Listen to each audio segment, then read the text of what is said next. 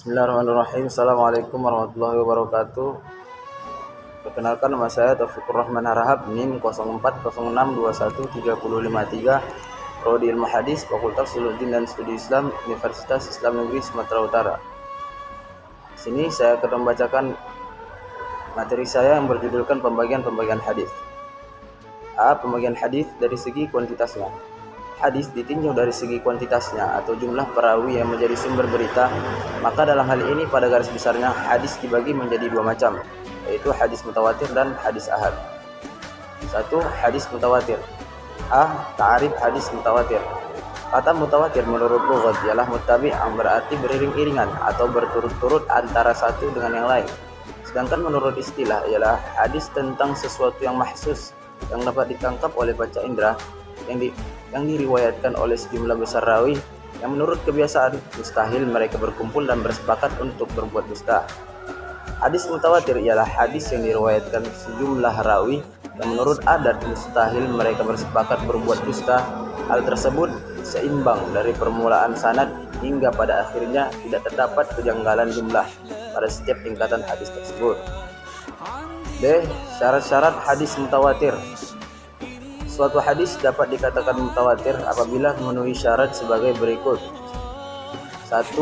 Hadis khobar.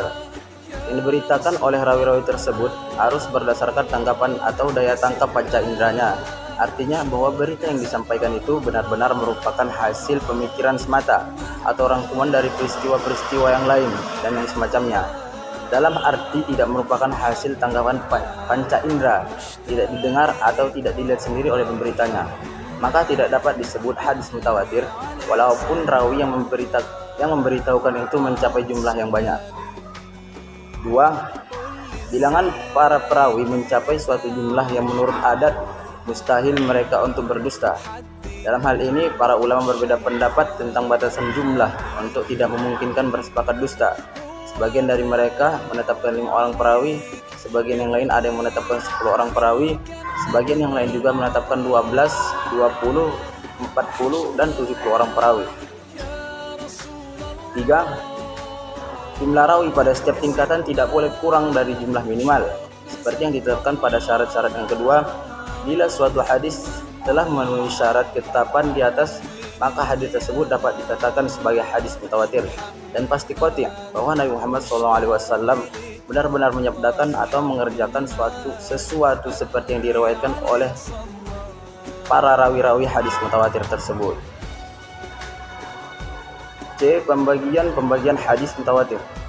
Para ulama membagi hadis mutawatir menjadi 3 macam. 1. Hadis mutawatir lafzi, yaitu hadis mutawatir dengan sama persis susunan redaksinya dan demikian juga pada hukum dan maknanya. Juga dipandang sebagai hadis mutawatir lafzi. Hadis mutawatir dengan susunan redaksi yang sedikit berbeda karena sebagian digunakan kata-kata muradifnya atau kata-kata yang berbeda tetapi jelas sama maknanya atau maksudnya, sehingga garis besar dan perincian makna hadis itu tetap sama. Jumlah hadis-hadis yang termasuk mutawatir lafzi sangat sedikit.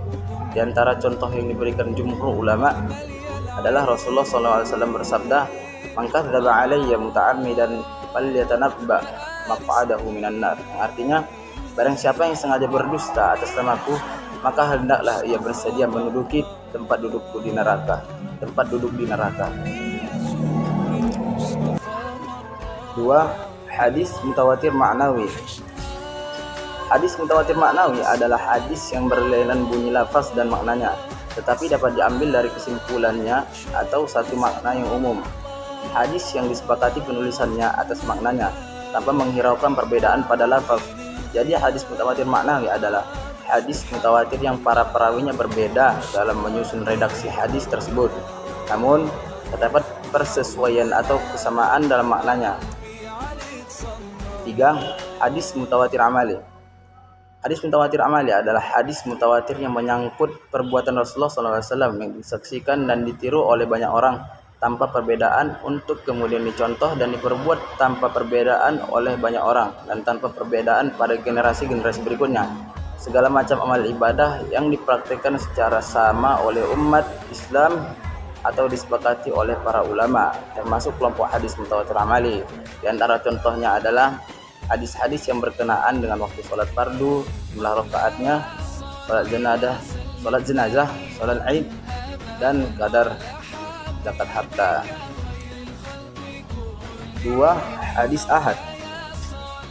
Hadis ahad adalah khobar yang diriwayatkan oleh satu orang, 2 orang atau lebih yang tidak mencapai tingkatan mutawatir, dan hukumnya wajib diamalkan apabila memenuhi syarat-syarat kabulnya sebuah hadis ahad tersebut.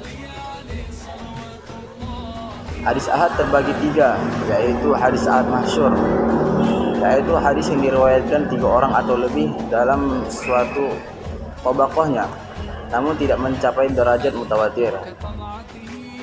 Kedua, hadis ahad aziz, yaitu hadis yang diriwayatkan oleh ada 2 orang pada setiap tabaqat rawinya, atau hadis yang diriwayatkan oleh kurang dari 2 orang dari 2 orang perawi pertama. 3. Hadis ahad gharib, yaitu hadis yang terdapat di antara mata rantai perawinya 1 orang penyendirian. Hadis gharib terbagi menjadi 2, yaitu hadis gharib mutlak, yaitu hadis yang terdapat penyendirian sanad menurut jumlah personilnya. Dan yang kedua, hadis gharib nasbi, yaitu hadis yang terdapat penyendirian di dalam sifat, tempat tinggal atau golongan tertentu, misalnya antara ayah dan anak. B. Pembagian hadis dari segi kualitas hadis. Hadis ditinjau dari segi kualitas perawi yang menjadi sumber berita, maka dalam hal ini pada garis besarnya hadis terbagi menjadi 3 macam, yaitu hadis sahih, hadis hasan, dan hadis dhaif. 1. Hadis sahih. Hadis sahih adalah hadis yang bersambung sanadnya, dinukilkan oleh perawi yang adil, kuat hafalannya, tidak cacat dan tidak tercela.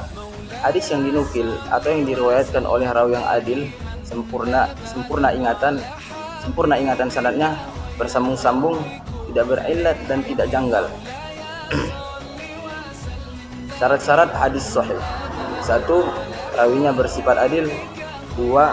Sempurna dan kuat ingatan dan bobit. 3. Sanadnya tidak terputus atau bersambung ke Rasulullah SAW. 4. Hadis itu tidak berillat atau tidak berpenyakit. 5. Tiada janggal. 5. Tiada janggal. 2. Hadis hasan. Kata hasan berasal dari kata hasuna yahsunu, yang menurut bahasa berarti sesuatu yang diinginkan dan menjadi kecenderungan jiwa atau nafsu. Cara bahasa dapat dikatakan hadis hasan berarti hadis yang baik atau yang sesuai dengan keinginan jiwa.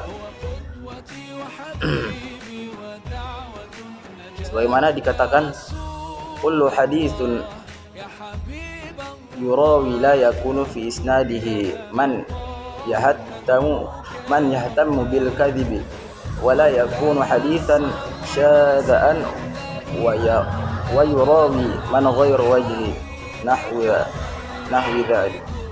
Menurut At-Tirmidzi, hadis hasan adalah tiap-tiap hadis yang pada sanadnya tidak terdapat perawi yang tertuduh dusta pada matanya, tidak ada kejanggalan syadz, dan hadis tersebut diriwayatkan pula melalui jalan-jalan lain. Yang terakhir, hadis dhaif. Menurut bahasa, dhaif berarti yang lemah, sebagai lawan kata dari qawiyy yang kuat. Sebagai lawan kata dari sahih, kata dhaif juga berarti saqim atau yang sakit. Maka hadis dhaif secara bahasa berarti hadis yang lemah, yang sakit atau yang tidak kuat. Secara istilah, menurut Ibnu Katsir definisinya sebagai berikut: wa huwa ma lam yajtami'u fihi sifatus sahih wala sifatul hasan. Artinya, adapun hadis dhaif ini ialah hadis yang di dalamnya tidak terkumpul sifat-sifat sahih dan sifat-sifat hasan. Mungkin cukup sekian materi yang bisa saya sampaikan. Lebih kurangnya saya mohon maaf. Wallahu muwaffiq ila aqwamit thoriq. Assalamualaikum warahmatullahi wabarakatuh.